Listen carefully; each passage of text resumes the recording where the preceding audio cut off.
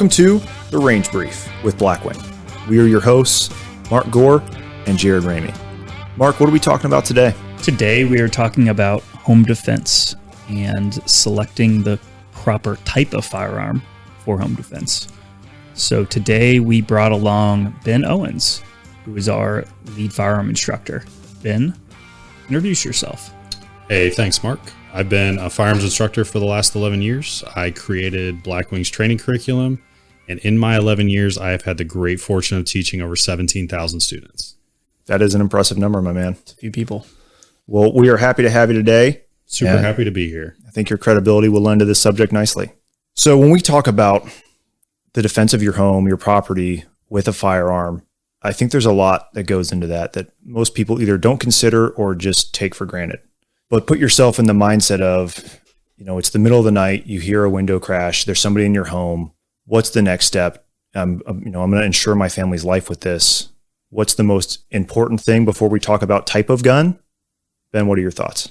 One of the biggest things for me, 1 and 2, are going to be, is that gun reliable? Can I count on it? And does the gun properly fit me? Awesome. Yeah. So reliability wise, what are you looking for? What do you mean by that? I guess, what are you looking for? So I want the gun to work when I need it the most. I want to ensure that I've got a good quality firearm that I can count on.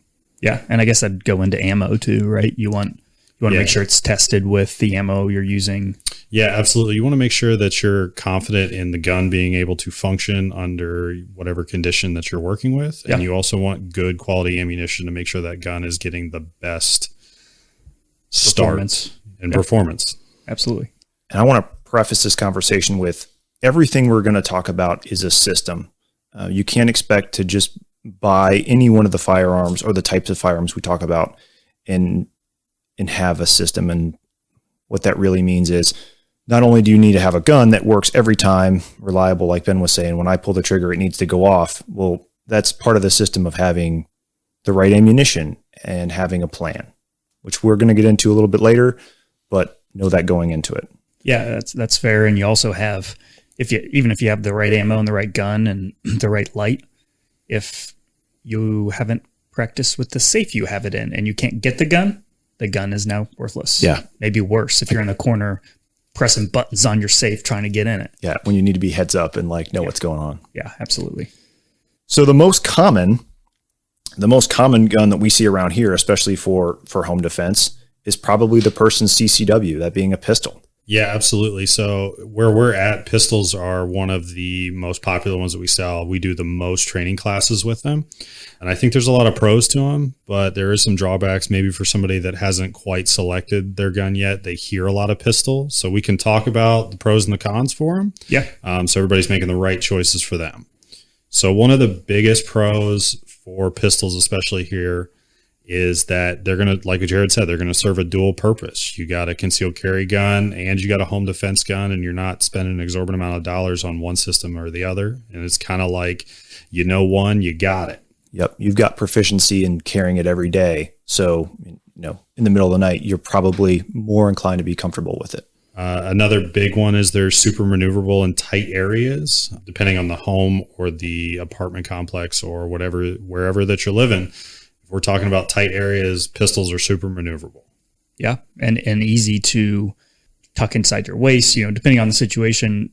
Middle of the night is different, but someone's knocking on your door at 8:00, after dinner, and you want to, no one's stopping by at 8:00. What's going on? You can have your gun tucked in, behind yourself, hopefully in a holster. Can't really do that with a rifle. Yeah, that's kind of hard. Rifles are much bigger, much less maneuverable. But with pistols, the other thing that we hear a lot from my students is that it's super easy to get a lockable device to put those firearms in that doesn't eat up a lot of space inside your home. Yeah. Or look terrible. Yeah. Yep. Yeah, that is also fair. If you care about having your spaces look good, that could be pretty important. Yeah, and then another one that I hear a lot, and I understand it and I appreciate it, there are a lot of parents or new parents that are coming in that they need to be able to grab their small children, and with a pistol, you can go one-handed really easily and support child weight or support somebody else, and move out of that situation if necessary. Sure. Yeah. Just transgress the house, get from room to room, opening doors. That side of things a lot easier. Yeah. I mean, you are just far more maneuverable, and having that hands free with kids, I think that's critical. 100%. Yeah, absolutely. What cons do you see? What are the downsides versus the long gun, the rifle or shotgun platforms? So really there's only like a couple for me when it comes to pistols. For a lot of newer shooters, it is a little bit of a heavier training curve. It takes a little bit more time to get proficient with. Doesn't mean you can't, just means you got to put a little bit more time with it. And another big drawback is that of the three, pistol, rifle, shotgun, they are the least effective at stopping the threat. Sure. Yeah. And when you say least effective at stopping the threat, it's because it's the smallest bullet, right? It's the smallest bullet going the slowest. Yeah. I mean, we're talking about kinetic energy, and it has the lowest amount of kinetic energy of the three platforms. And generally with a handgun, for that maneuverability, you're sacrificing, I would say, capability, whether that be the stopping power of the gun, but also the ammunition, how much ammunition it can carry. Sure. And maybe some other capabilities as far as, optics and lights. Yeah. And I mean, you're also talking about accuracy at that point too, because if we're talking about accuracy with a pistol versus accuracy with a rifle, I mean, there's no question rifles are always going to be much more accurate than pistols, even at close distances. Yeah, sure. And to Jared's point, I mean, we're not going to get super detailed into calibers, but here we're thinking probably on handgun side, we're probably thinking 9mm. That's what most people have, but also, 380, 40, 45. Moving on to the next platform, moving on to rifles. What are your pros here? One of the biggest pros for me with rifles is when it comes to teaching students, it is by far the easiest one to learn quickly. I can get a student on a rifle, comfortable with how it's going to work, comfortable with their accuracy that they're going to achieve in a matter of hours versus multiple classes like we have with pistol. Yeah. And it's simple as it's bigger motor groups, right? You're using more muscles. You got more hands on the gun. There's just less nuances to a rifle. Yeah, absolutely. For a lot of my students that don't get a lot of time to practice, and that's simply because you guys lead busy lives. I mean, we're talking about people with families, jobs that they can't put hours upon hours like some of us do in the range. So, I mean, you got easier to learn. There's a huge accuracy increase with rifles, which we've kind of talked about, because your whole body is kind of taking that recoil versus pistols where it's just going into your hands and your wrists. You got faster follow-up shots. Yeah. And because it's a rifle, you most likely have far more ammunition. Yeah, absolutely. I mean, most of the rifles that we use in class, we're talking 30, 40 round magazines versus pistols, which are 15 to 20. But it's not all pros. There are some cons here, and it kind of plays into with the handgun. The first thing you're going to sacrifice is some of that maneuverability. Yeah, absolutely. I mean, minimum length, legally speaking, for rifles is 16-inch barrels. So we're almost 3 or 4 times the length of a pistol just in the barrel.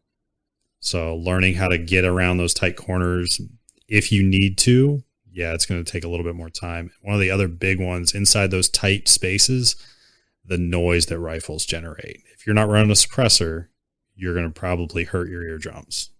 Absolutely. Yeah, really shooting anything down a hallway or a tight and close place is definitely going to be very bad on your hearing. But hopefully, I mean, it's well worth the trade-off in this type of situation where it's your life or your hearing. I think I'm willing to take that trade-off.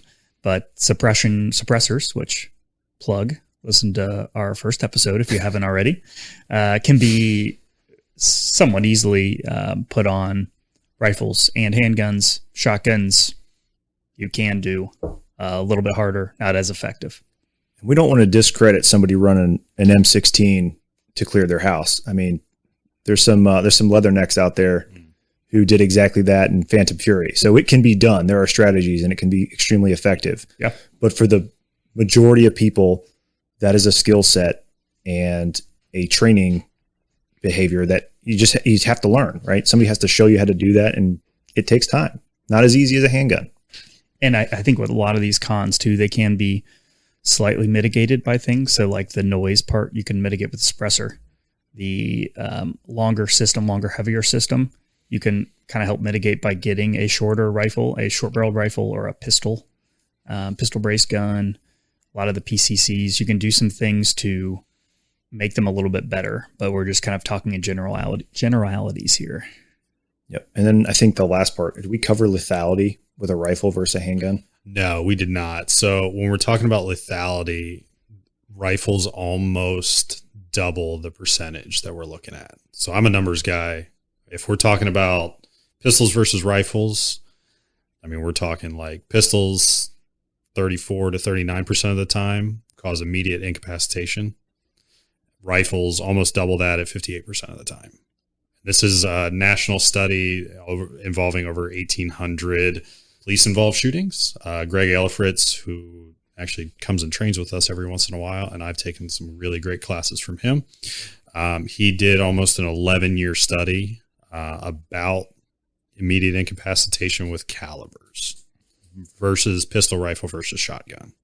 Awesome. Yeah. And that's very important because when we're talking about using a firearm, it's in defense, you're using it to stop the threat. So the sooner you stop the threat, the better. Correct. The less shots, the less time.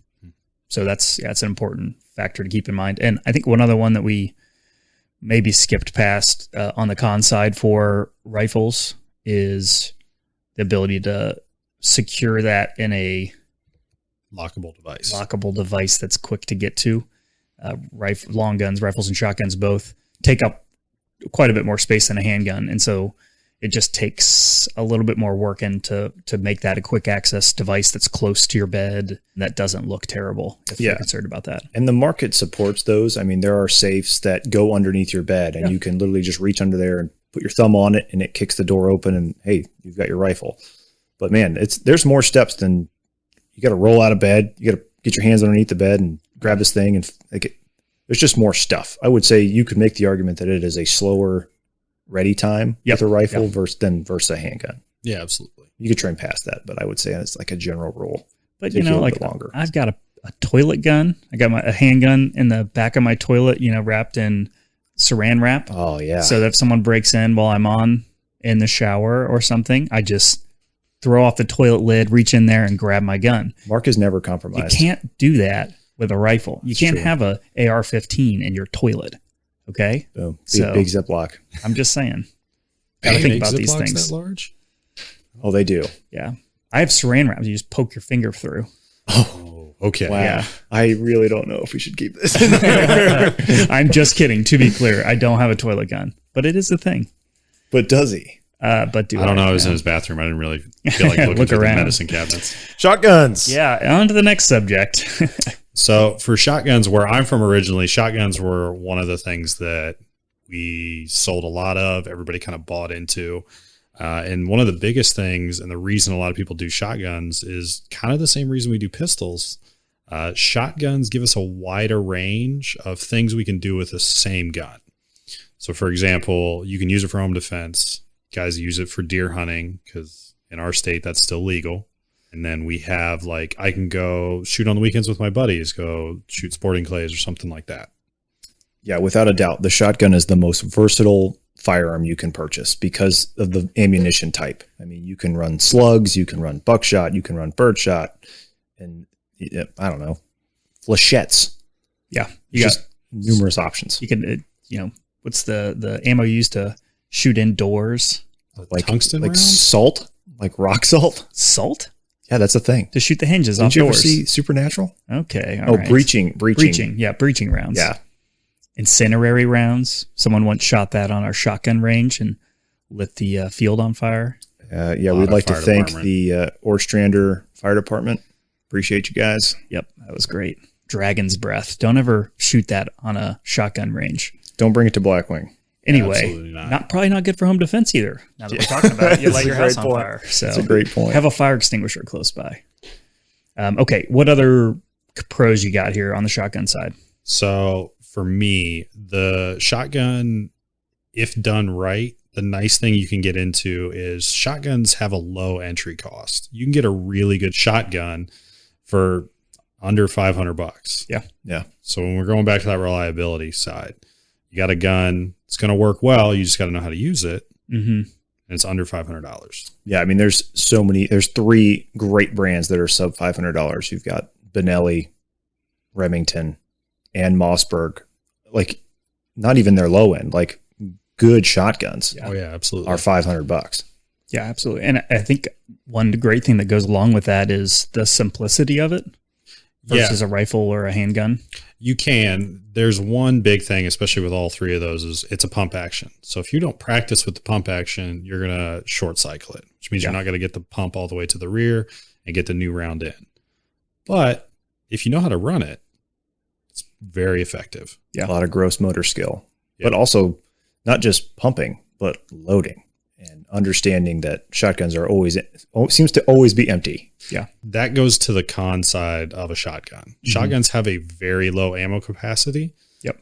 And because of that, you got to keep them topped off. So a lot of the training that you go through with shotguns is not necessarily running the gun, it's running the gun and then reloading the gun.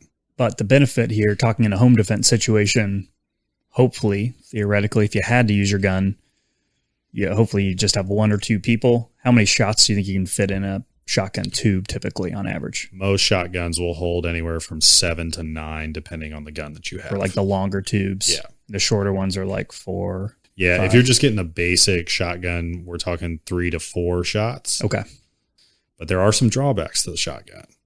Shotguns are very front heavy because that magazine tube is underneath the barrel. All that weight's out front. And because all that weight's out front, a lot of people that have some physical limitations, upper body strength, for example, or just not super long arms, you're going to be supporting a lot more weight out front. The other big drawback for a lot of people is that shotguns are the longest system overall. I mean, we're talking way longer than most of the rifles that we're running, and it drastically drops that maneuverability. Sure. And then, another thing that you have is is a lot more recoil than you would have in the other systems. Just felt in the shoulder recoil, especially with the buckshot. Oh yeah, absolutely. I mean, if you have not practiced with your shotgun and you just bought it, put it in the safe, and get it out once a year, you kind of get surprised by that recoil. And it's a little nerve-wracking if you've not used it a lot to get that recoil on your shoulder and you're like, oh my. Yep. Wasn't ready for that. Yeah, need some practice for sure. So especially if you have to take a second shot, hopefully you don't, you know what to expect and you hold on to the gun and you are prepared to take that follow-up shot. Yeah, absolutely. I would argue that the shotgun, while maybe being the simplest to understand, is actually the most difficult to run well. Yeah, I would agree with that. So you may hear people, and I've heard this numerous times, well, my so-and-so told me that I should just buy a shotgun for home defense. And in my personal opinion, is you pump the brakes and evaluate your options, because shotguns are not kind to people who are inexperienced with firearms. Yeah, absolutely. I mean, getting a lot of new shooters that I saw, especially 2019, 2020, there were a lot of shotguns that were sold. And then they were coming in later after the fact to get training. And the first time you run a shotgun, it was very much a surprise on their face from the noise and from the recoil. Absolutely. Yeah. And then you still have the same storage issues that you would have with a rifle. Yeah. Just gets exacerbated because shotgun is just a little bit bigger. Yep. And we'll talk a little bit more about ammunition and shotguns, because I feel like most people are probably running double-aught buck. What, in your experience, what's the most common home defense shotgun load? So there's really 2, and one of them is not super ideal, but it was produced many, many years ago, and it still kind of falls through today. The biggest one's double-aught buck, which is super highly effective. One of the ones that we recommend the most, but there were a lot of people out there that felt that birdshot was going to be better. Oof. Oh, I know. Yeah, not ideal. No. So birdshot does generate less recoil than the buckshot, just because it's not coming out as fast and it's not as heavy, but it doesn't do what we need it to do. It doesn't stop the threat as easily as buckshot will. And so let's talk about, for your average listener or someone who might not be very familiar, buckshot, you've got maybe 15 BBs in there that are No. Okay, 9. way off. 9 BBs and 9. 8 or 9. Yeah, it's like getting shot with 9mm at the same time is one double-aught buck shell. Maybe I'm thinking of 4-buck. Yes. It's a $4 little you were bit thinking about smaller. smaller. Which $4 very, very good. That's another common one, right? Yeah, Because it's a little I bit actually less recommend penetration. $4 just because it doesn't have the over penetration effect that double aught has. And then birdshot. What do we got in birdshot? It's Tiny a bunch of little BBs. Like think of a Hundreds of BB them. gun, like 200 BBs. I don't know. It's a lot. Depending on the shot size. So the stuff that we use on our sporting clay range, 7.5, 8, or 9 shot, we're talking anywhere from 300 to 400 BBs. Yeah. And another, not only do you have that less effective round, like you were saying, but also a lot of recoil, or not recoil, a lot of ricochet of those little BBs you shoot. They hit drywall and bounce right back at you. Just mass chaos. So like just for the average person, that when we're talking shot size, the bigger the number, the smaller the diameter of the shot itself. So like 9 shot with its really high pellet count is really only like 0.095 of an inch in diameter. It's small. Yeah. Which means it doesn't retain energy as it goes into something, which there is some argument about overpenetration inside of the home. But if it's not going to penetrate through drywall, it's not going to do the job that we want it to do to stop the threat. Absolutely. Yeah. And I guess since we're on that effectiveness and the overpenetration, I feel like that's probably one of the most common questions that we get is for home defense, I want a gun that's not going to go through my wall, but that's going to stop the threat. How do you respond to that? It seems I understand that. That's what I want too, but is that feasible? So if we're talking about ballistics, which is Your favorite topic ever. oh gosh, I love it. I will talk about ballistics all day long. Just like Joe will talk about hearing protection all day. There we long. go. He does love some Bring it back. decibel reduction devices. yeah. The last podcast, he was lying. He loves decibels. Yes. So when we're talking about ballistics and effectiveness on the target, there's a trade-off. I mean, you're talking about stuff that's going to go through drywall or not. If in all actuality, if it's not going to penetrate drywall, it's not going to penetrate to stop the threat, which is what we're looking for if we got a bad guy in the house. Yeah. The short answer to this is everything is going to over-penetrate in the eyes of all consumers. Yeah. How you mitigate these risks, and when I say risks, I'm talking you live in an apartment building, you shoot at somebody in your front door, and that bullet goes through your front door, and then into your neighbor's house, and then maybe their neighbor's house. These are the real risks. Well, how do you mitigate that? Well, you build systems into your life, right? You give yourself areas that you say you can shoot from. You kind of build that into your plan. What you don't want to do is go at it with no plan and then send, in the case of double-aught buck, 9mm rounds into your neighbor's house.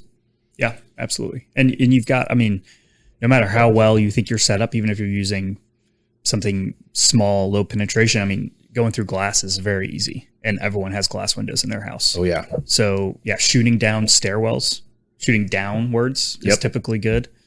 And a lot of people have brick houses. I have a log house. That's pretty hard to overpenetrate through either of those, but it is something that you're always, it's always a concern. Yeah, and I get the concern. I understand it. There are people that live very, very close to their next door neighbors, and they don't want to cause problems for their neighbors, which is a neighborly thing to do. So like Jared's talking about, figure out places that you feel that are good, safe directions to shoot that you can stop your threat, but not worry about, I'm going to hit my neighbor's car. Yep. Well, it's just their car. And there's a tactic side to this too, before my colleagues go off into a rant about shooting the neighbor's car. Think about what your priorities are if someone is in your home. Me personally, my priority is not to engage the threat. I don't really care if somebody's in my house stealing my stuff. What I care about is my family. Well, all my family is on the top floor of my house. If I can guarantee their safety, I can call the police. And that's what I recommend you do. Yeah, that's great. So let's talk about plan and how not getting super detailed, but that's obviously an important part of it. If something goes bump in the night that sounds serious, what's your, high level quick, what's the plan? My plan is immediately, and this is, I really want to iterate this. This is part of an echelon of protection. So one, you have to treat this like a fire drill or a tornado drill in your home. Well, if you just draw a gun and run to the sound of the threat and something happens to you, I don't know what your personal home is like, but you really just leave everybody SOL if that happens to you. So what I do is I grab my firearm, which is in a safe so that nothing can happen to it when I'm not around. My personal choice is a handgun. Now, while a rifle would be better, it looks like shit in my house. So your wife's not on board. Yeah, she's not into that. And honestly, you use a handgun to fight to a rifle, in my opinion. There is a rifle in my house.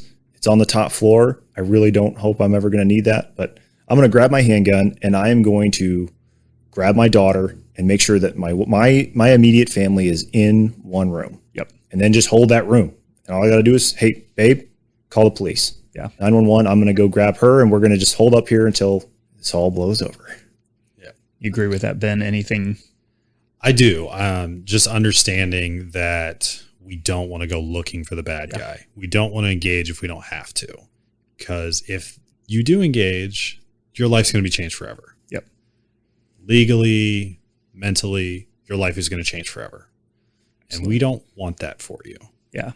And I feel like the classic movie thing is they gather the family, put them in a room, they give their wife a gun, and then they say, all right, I'll be back. And then they go and shoot the 6 special forces guys that are in the house. Yeah, John Wick is just neutralizing threats in the home. But even your like well-trained, well-combat experienced people, if they have thought this through, that is not what they're going to do. No. One of the biggest things, like Jared said, is we want to get law enforcement there as quickly as possible. We want backup, essentially. Yeah. We also want to hold the area. You want to keep everybody that you care about safe. That's really the big deal that we're looking at. So. Very good. Yeah. And there's a lot of other aspects too. We talked a little bit beforehand, before we started the podcast, but about hardening the home, having their strategies, having plans, talking with other people in the house, where to go, when, how to get there, where you have stuff staged, your door security, alarm security, a lot of different things. And that's something that is very important as well. And Ben, I know you talk about that in one of the seminars that we teach. Yeah. So I actually teach a home defense seminar. It's about 3 hours. It's all classroom time, but we're going to talk about like all these things. We call it the home defense layer cake. And it sounds kind of hokey. It's awesome. But I mean, it works. I mean, we talk about how to look at your house so you are set up so you are not the most desirable target on the block.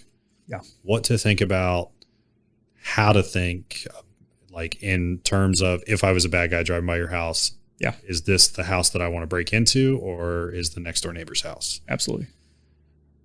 How to set yourself up for success should somebody break inside your house. Yeah. Now the statistics are pretty low on home break-ins, but they're still there. I would rather you have these skills and knowledge and never need to use it than need it and not have it. Absolutely. Yeah. So if you're local, if you're in Ohio, that could be a great resource. Or if you're not, I'm sure there's courses taught all over the place or online materials to find that kind of information and get your plan and get your strategy set. Yeah. Attend that class, guys. It's awesome. But what I want to ask you guys is, what are you personally carrying? I guess I'll start with myself. Oh, yeah. Okay. Tell us what you got. Ask yourself a question. Yeah. Well, naturally. My personal gun that sits next to my bed, and like I said, it's in a little Vault-Tec safe. Little, what is that called? What's the fingerprint? Biometric. Yeah, a little biometric safe. Push the button, and I have a Staccato XC. Oh yeah, with a Delta Point Pro. Oh well, you know what? I figure if I have to give a gun away, it might as well be my favorite gun. Yeah. With a Surefire X300 Lite and a Leupold Delta Point Pro. Okay. Yeah. Yeah. What about Mark? What do you? Sure. Let's go up the echelon so we end with the expert here. I agree. Gosh. Yeah, my situation is a little bit different. So Jared has a spouse, and he's got a little bit more going on in his house. I am a single bachelor out here in the woods. Eligible. Currently taken, actually, but just living by myself. So I have less security concerns. If I'm in my house, it's just me and my dog. I very often have a gun holstered out that is not locked up in my house because I know it's just me and I know where it is. So a lot of times if I'm concealed carrying that day and I come home from work, I take it off and I'll set it somewhere in my kitchen, or if I'm upstairs, I'll go put it next to my bed. So a lot of times at night, I've got my concealed carry gun, which is a SIG 365, or I'll have a Glock 19 loaded in a holster, like Kydex holster. It locks in, just set next to my bed. And then I've got 2 or 3 flashlights next to my bed too. Very important.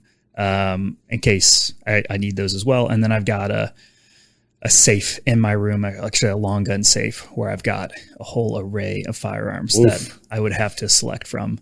I would steer clear of Mark's house. Yeah, I've got a couple ARs. I got a 6.8. I've got some sandbags at the top of the stairs. Got a Spaz 12 shotgun. None of those are loaded though. And the shower gun. Let's not. Don't forget that, everybody. The shower gun. Yeah. He is never vulnerable. Yeah. It's fair. It's fair. Absolutely. All right. And then Ben, what do you got? Well, it depends on what level of the house we're on. So my house is a little bit different than a lot of people's house. Well, I guess not a lot of people's. I live on a 4-level split. So man, the 70s called. Oh, I love that house. The other part of it is I'm out in the middle of nowhere. It is about 20 minutes for law enforcement to get to my house. So I'm on my own, and my wife. Don't get me wrong. She's there. But as far as the shooting goes, she is not as well versed. So if we're talking about bedroom, I've got in my nightstand in one of those Hornady rapid safes. I like the RFID that they have.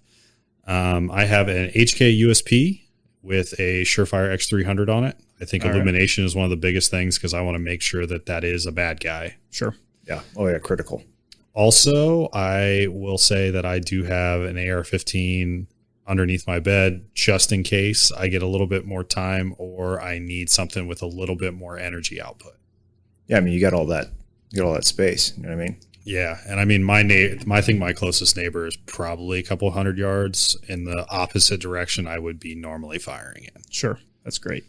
So when we're talking, we know what we all have, and it sounds like the most common thing is they all have a light. Yeah. So let's talk about some things that are must-haves, regardless of what you choose. And I think the first one is a light source, a light source that's not tied to your home, attached to the gun. Yeah. And one question that I pose to you guys both, I don't really put lights on my weapons, unlike maybe a lot of people do. I have it separate. I have flashlights separate. Okay. What are your thoughts on, I've heard it a lot of different ways, but a flashlight separate from your gun allows you to light up something and not point your gun at it. So, whatever that might be, versus if you have a light on your gun, everything that you're pointing at is lit up, and you're also potentially, if you have it on, you're telling them where you're at. You're not wrong. I mean, you're broadcasting anytime, but I think that you're still broadcasting if you have an external light. Yeah. The real pro to having a light detached from the gun is you don't got to point your gun at stuff. I think tactically, there's things you can do. Like if you have a bright light, you can just shine it at the ground and take a snapshot. So if I just flash the light at the ground, a momentary flash, that's going to illuminate the whole room, especially with a modern light. Sure. So one, I'm not pointing the gun at anything that would be detrimental to my the rest of my life if I shot at it. Sure. But also I can identify off of that, and nobody knows my house like me. So a snapshot, I can get a lay of the land and see what's going on, and I don't ever point my gun at something I don't tend to shoot at. Okay, awesome. Yeah, that's a fair point. Yeah, so I'm a big proponent of actually both. When we're talking about setup, my gun and light are connected together, but I also have a secondary one that I can grab with just my hand. Okay, any other setup? Of course, accessories are always fun to talk about, but any other imperative gun outfitting that you think is important? I think if you're going to have a long arm, whether that be a shotgun or a rifle, you need a sling. Absolutely. I feel like you have said this before, and this is a cool way of looking at it. You say like a slung gun is a holstered gun. So like a slung rifle is like having your handgun in a holster. Correct. Yep. That's how we would view it. I think a holster for a handgun is super convenient myself. Granted, I have less stuff locked up if I am in the house than maybe you guys do.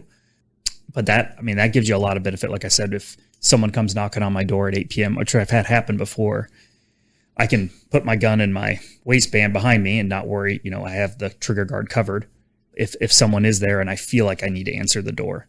I've had that before. Someone was driving by and apparently he built the house that I own and he wanted to come check it out, and he decided that 8:00 at night was the time to do it. Inappropriate.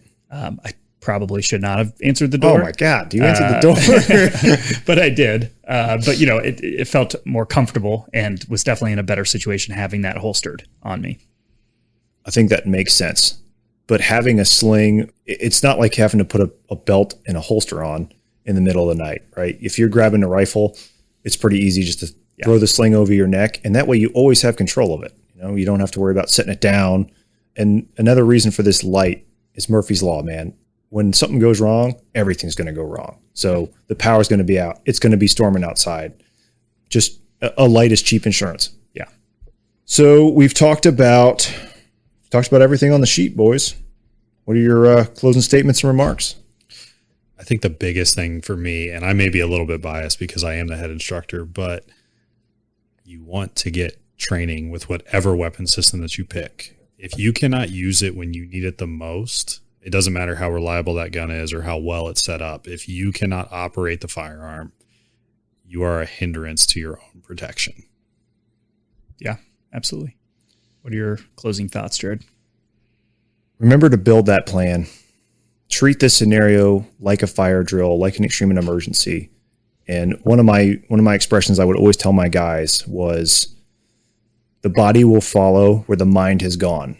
So if you can even talk about this with your family and just get on the same page when it actually happens, if it ever happens, it's plug and play. Yeah. Have a plan, go through the scenario, and that's going to give you your greatest chance for success. And I hope this never happens to anybody. Yeah, agreed. Yeah, I think mine would be consistently being able to quickly access the firearm or whatever you need to defend yourself. That to me is what is the most important. And ironically enough, it's because I'm kind of lazy a lot of times. And so I don't want to like every night get the gun out of the safe and put it on my bedside. And then if I go into work, I'll put that same gun back in the vault.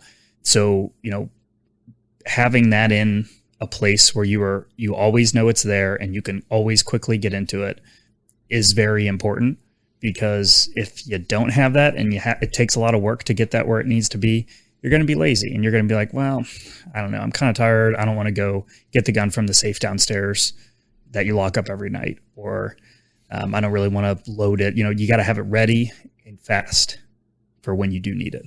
Yeah, that's the last thing. The axe murderer is rolling around downstairs. You do not want to be hunting for your stuff. Yeah. I mean, I've got 7 guns in the safe that are unloaded and no loaded mags. So, and I have like 2 loaded guns. So, if I didn't have those, if those were elsewhere, that would really suck. Someone broke into my house. I have all these guns, but I have nothing, nothing loaded. Use them as a baseball bat, I guess. But yeah, I think in general too, as we've talked about before on other episodes, if you have questions on these topics, look for your local gun shop or local training outfitter to get some training and go to the range, try some of this stuff out, see what you think. You might find that rifle has too much concussion or noise for your comfort level. Suppressors. Yeah. We got to talk about this really quick. Sure. Because suppressors are a great idea for protecting your hearing, but there's a tactical side to suppressors that you may want to consider before you put one on your home defense setup. In the military, we would call this understanding your mission. So if you put a suppressor on your home defense rifle, you greatly decrease the odds that your neighbors will hear gunfire by putting a suppressor on any gun. Maybe not the best idea in a home defense scenario where you would probably want your neighbors to call the police. Yeah, but you have the benefits of not going blind when you shoot and being able to hear and have the awareness, right? Absolutely. I'm giving you the pros and cons to each side. Fair enough. Take that with pros and cons. Pros and cons. There are 2 sides to that coin. Fair enough. I think that wraps up everything that we were looking to cover. We are here if you guys have questions. If you need some help, always happy to help out. Just email Jared And otherwise, feel free, if you listen to this episode and you think that it is useful and you have a friend or a family member that you think would be interested in this, send them to it. We would love that as much as you share this episode and get it out to other people. That's beneficial to us. Our goal here is just to build awareness, grow the sport, get people involved, and get them outfitted to do what they're wanting to do.